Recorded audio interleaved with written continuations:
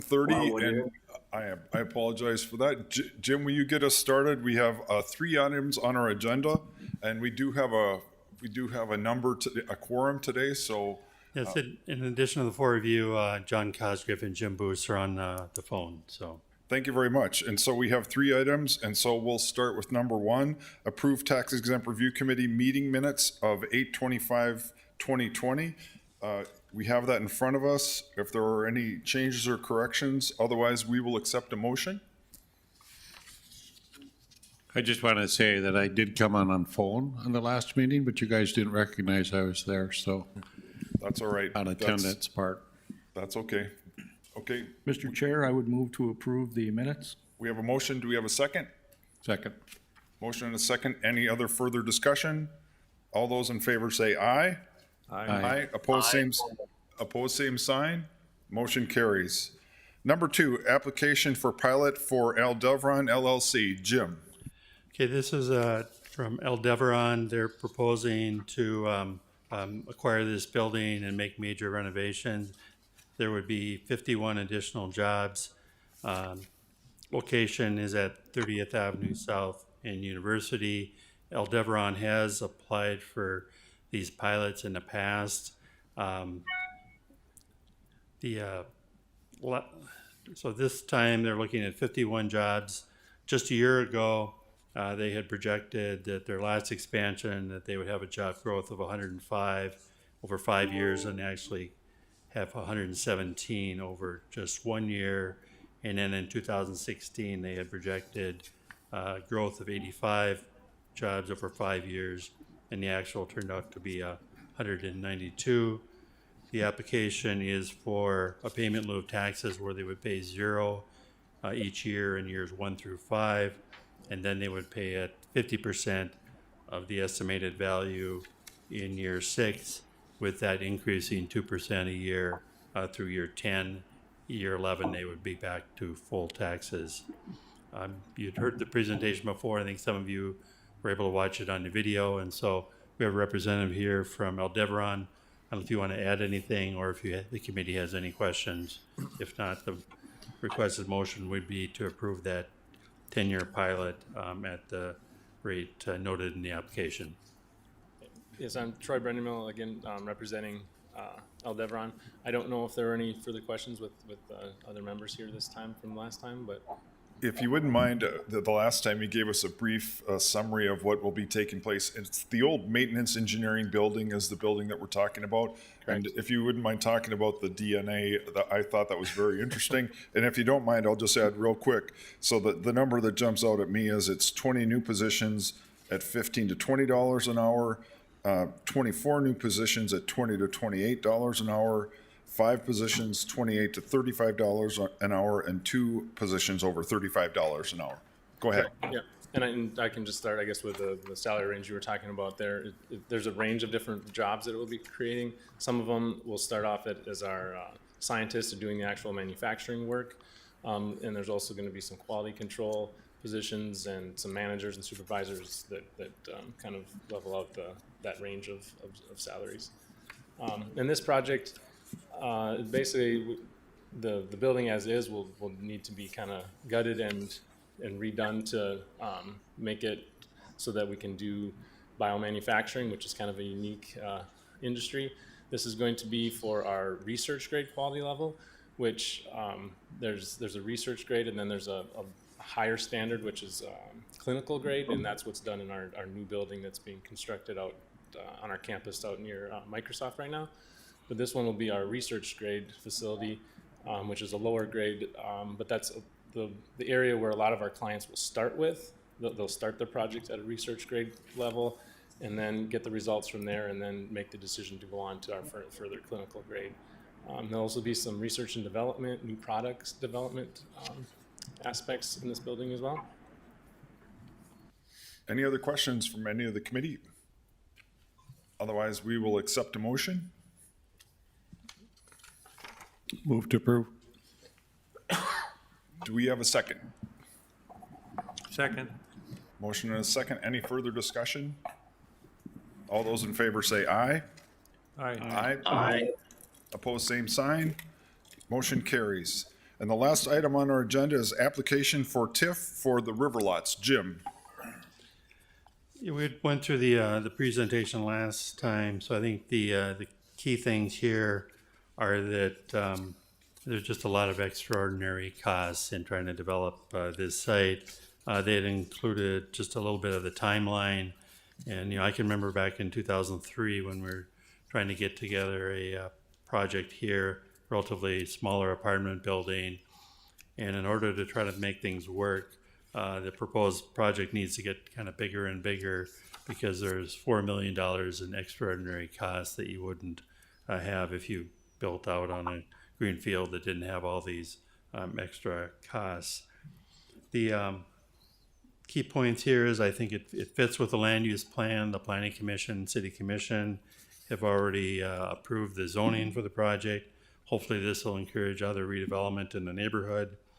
Our financial advisor noted that probably the most they would be able to receive is the present value, and that was on page 4 of his report, of $3,589,000.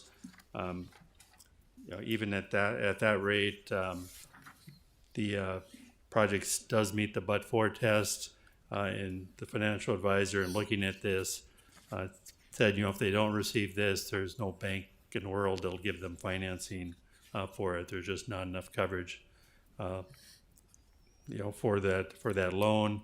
It's still a very high risk project. Don't know for sure you're going to sell all the condos in this particular neighborhood. One of the concerns at the last meeting was whether or not they weren't meeting the policy 8 because these extraordinary costs of $3.5 million would exceed 15% of the total hard construction cost value. However, with this overall particular site, there's going to be a remnant piece of land that will also benefit from these improvements. And Jesse Craig is planning to construct 8 to 10 townhomes on that. There'll probably be another $2 million in investment. And so if you add that in, then I think it would meet that policy number 8. The other factor is that they're taking on flood protection, dike in the area that will benefit the rest of the neighborhood, and it goes beyond this particular development. So that's sort of a cost that if the city had enough money, we might build that on our own. So any questions of the developer?